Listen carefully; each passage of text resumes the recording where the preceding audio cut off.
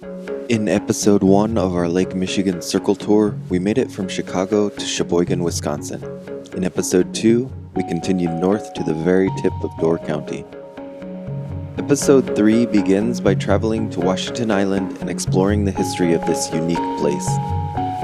Back on the mainland, we say goodbye to Door County orchards and great food in Sturgeon Bay, then make our way to Green Bay to enjoy some local delicacies across the street from Lambeau Field.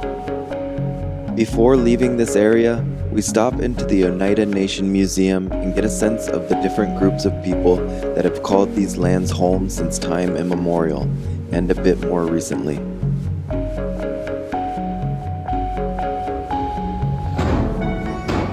If you know me, you know I love car ferries, so bear with me as I indulge this love by taking in the sights before departure. While there is an airport, the ferry is the only way vehicles make the journey, so most who need to go back and forth make their way on board. When we paid for our round-trip ride at the Northport Ferry Terminal, I was handed a pamphlet that shows the island's many businesses and sites. A small section in the beginning labeled Rich in History catches my eye, because of course it begins only by saying the island has been a travel destination since 1635. A mention of traders and missionaries, and then, bam, it's 1850 and they are establishing a town. This timeline, like much of the history of the United States, excludes the vast amounts of violence brought by these traders and missionaries. In the beginning of this period of trading, the Potawatomi and nearby Ho-Chunk actually thrived. Their hunters could easily offer many beaver pelts, the most prized item in the area, as well as the fur of a few other animals. The insatiable desire for these products in Europe and amongst settlers made it easy for them to profit and trade for goods they wanted. When beavers were nearly hunted to extinction, the presence of indigenous peoples was less favorable to settlers as they looked to take land. If you speak to Potawatomi people or listen to their elders and the stories they pass down, they have always been interested in coexistence and being diplomatic, but unfortunately, settlers had other ideas. The pamphlet also skips over the 1830 Indian Removal Act and 1833 Treaty of Chicago, which was explicitly between the government and the Council of Three Fires, the Ojibwe, Odawa, and Potawatomi. This treaty expelled many of the remaining Potawatomi on Washington Island to reservations in Kansas, a new landscape that could not be more different than their sacred homelands.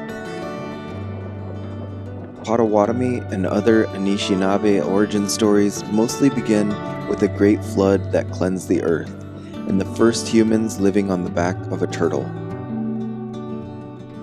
From the very beginning, they were people with a strong and sacred relationship to these Great Lakes, and removing them by any means could be the definition of violence. It is the definition of genocide.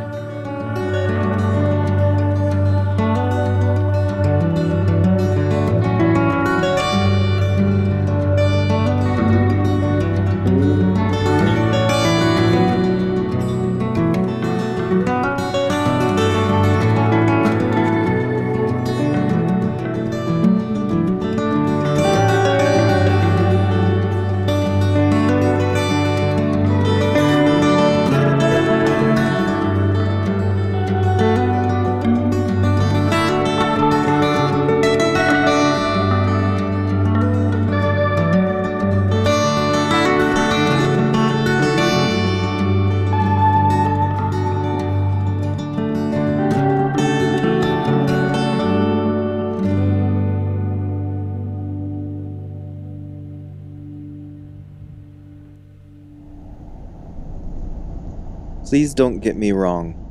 I can enjoy the present and am very happy to be here on Washington Island. Learning about people and the places they live in are the reasons we go on these road trips. But it is hard for me to visit a new place and not wonder about the full history of the land and its original caretakers. If we ever have the desire to improve, these voices, which are still very present today, need to be centered.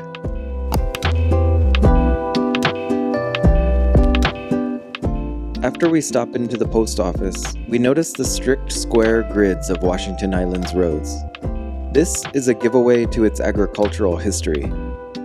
European settlers brought their farming traditions and planted cherries, apples, potatoes, and maple trees to make syrup. Long before them, the Potawatomi were cultivating corn, beans, squash, tobacco, and sunflowers. By the last 3 decades of the 1800s, the island's first Scandinavian settlers started arriving, beginning with 4 bachelors from Iceland. Washington Island refers to itself as the second oldest Icelandic settlement in North America. To learn more about these and other Scandinavians, we head to Jacobson's Museum at the northwest corner of the island. This cabin was built almost 100 years ago by a Danish settler who wanted to display both natural and historic artifacts from his new home. But first, we find an old dock sticking out into Little Lake and a tattered Icelandic flag that tries its best to hold on. Strong October winds are a signal of the coming winter. Unfortunately, the museum has already taken this cue and closed for the season.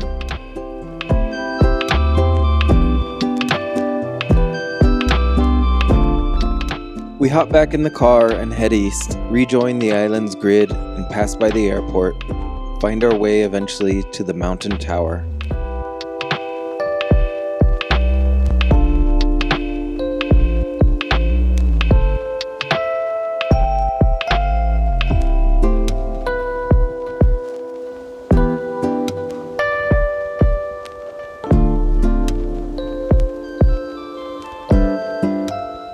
The website says 186 steps, but it seems like they forgot a 0 by the time we get to the top. Either way, we feel lucky that this tower is open. After closing it in 2020 due to safety issues, the island community came together to raise the funds to build a new tower and make sure these sweeping views were available to all. The Ojibwe word Wasakiganeso was what the Potawatomi called this island, a poetic reference to the way the sun reflects off its limestone cliffs. Up here on top of the tower is the best place to reflect on this poetry and on Washington Island. And especially on Wasakiganeso.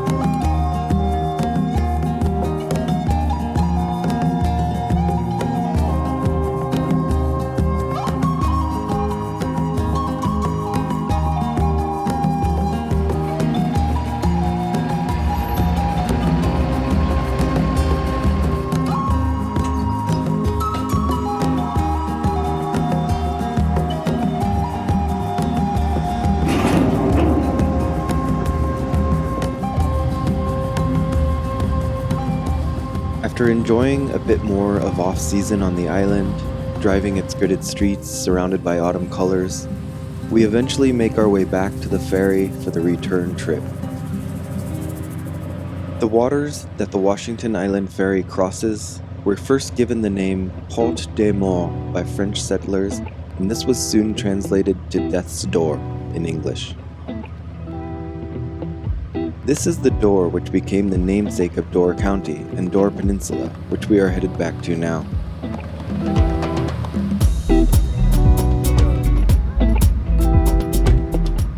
Even before settlers arrived, the waters were known to be dangerous with rocky coasts and unpredictable currents and winds. But since this passage was the quickest way from Green Bay to Lake Michigan, it continued to be used. Even after the construction of the Sturgeon Bay Ship Canal, which we visited in the last video, Some chose to avoid the tolls and sail through the dangerous passage. Door County originally seemed like a pretty bland name for such a beautiful place, but it turns out not to be bland at all.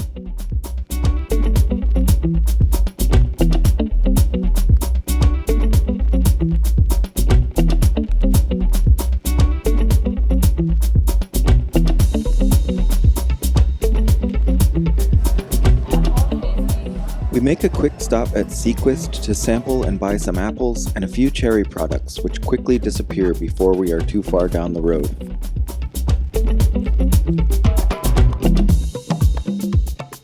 From Sister Bay, we take the 57 to see the other side of the Door Peninsula and Bailey's Harbor.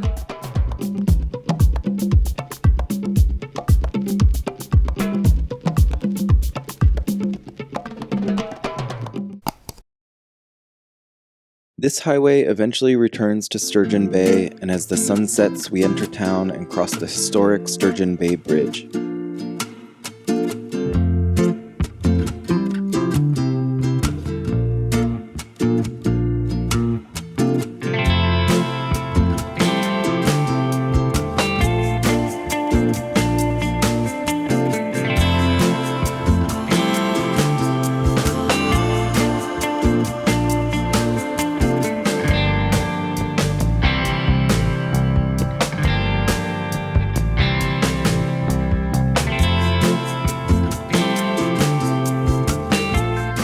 From the south side of the water in Bayview Park, we take advantage of the opportunity to get a closer perspective of the city.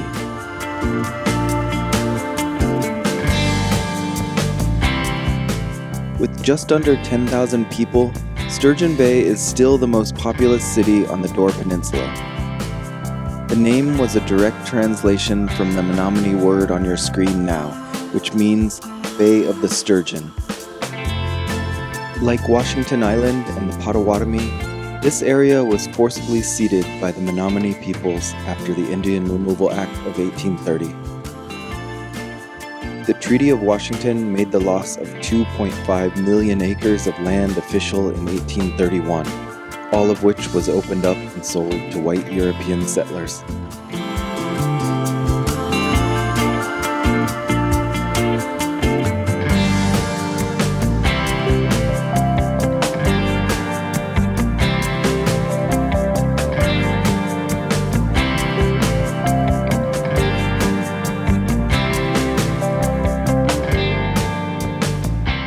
In much more recent times, another European has come to the Door Peninsula and opened Prince of Pierogi, offering all things Polish to Sturgeon Bay. The pierogi and bigos are delicious, especially when paired with Polish beers and Door County wines. Save some room for dessert, because of course the local cherries make it into a couple items.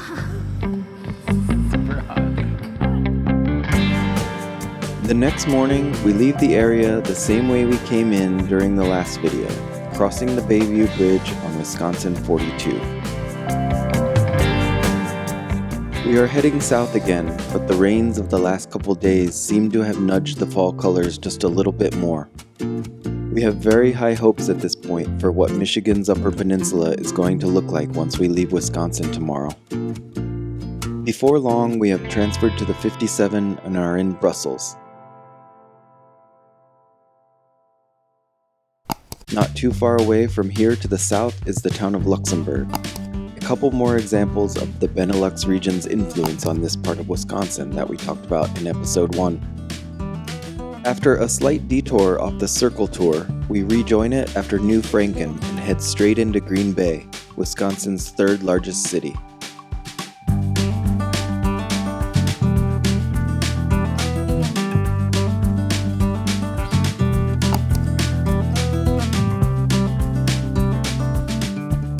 After a couple post offices, we make our way across the Fox River and south to find our lunch for the day.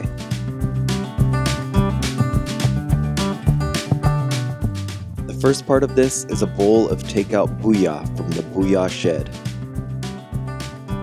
Booyah is the descendant of a stew brought from Belgian immigrants and is perfect for chilly autumn weather. The word was most likely born when a reporter incorrectly heard the word bouillon during an interview. but it has worked ever since here in Wisconsin. Regardless of the origin, it really is chicken soup for the soul.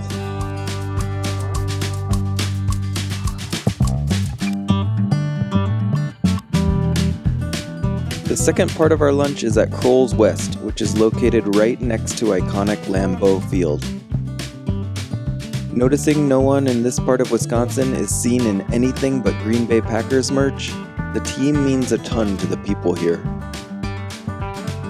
I only watch the other type of football, but if I were looking to get into American football and searching for a team, it would probably be Green Bay. The team is the only large publicly owned professional franchise in the country, and its fans determine its direction. Rich owners are killing sports around the globe, so this model here in Green Bay is definitely something to admire.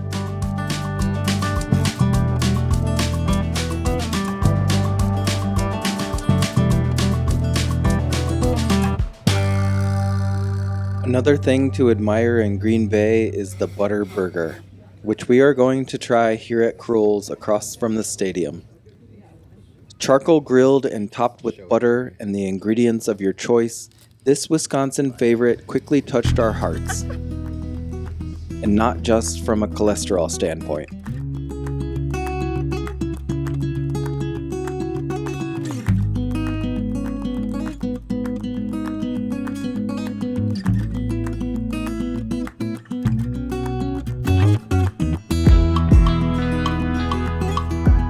After our double lunch, we are stopping by another roadside attraction.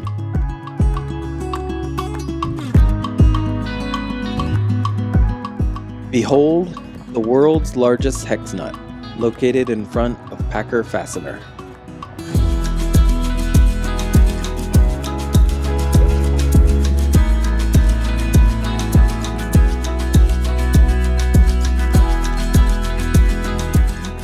Wisconsin's Oneida Reservation is just to the west and southwest of what is now called Green Bay. Despite sacrificing much of their way of life to help the so-called United States during the Revolutionary War, land speculators eventually made them give up everything to save their livelihoods. The violent circumstances of settler colonialism forced them and other nations of the Haudenosaunee Confederacy to seek more peaceful homelands further west in the Great Lakes region. Welcome to the Oneida Nation Museum and our community.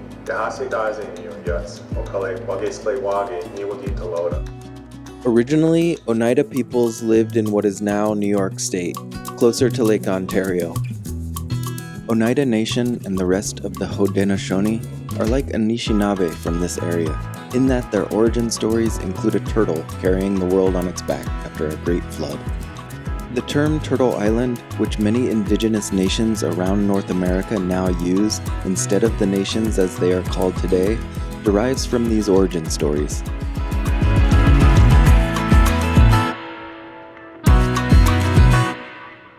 We will see even more of this when we visit Indiana Dunes at the complete opposite end of Lake Michigan next week. In addition to being the people of the Longhouse, Haudenosaunee are also the inventors of what we now call lacrosse. Their excellence in the sport continues to this day. The tribe is currently working on a brand new home for their museum, which should be open soon. Definitely make this a part of your travels in the area if you are interested.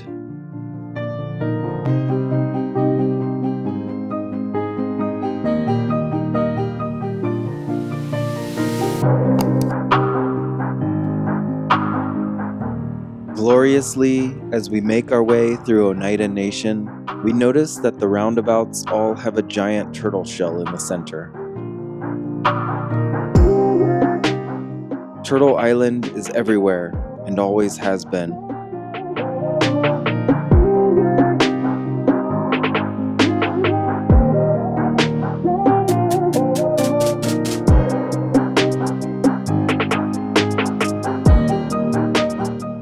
We are headed back to Green Bay now and towards the 45th parallel. halfway to the North Pole. We will pick it back up at this point in the next episode when we push into the Upper Peninsula of Michigan.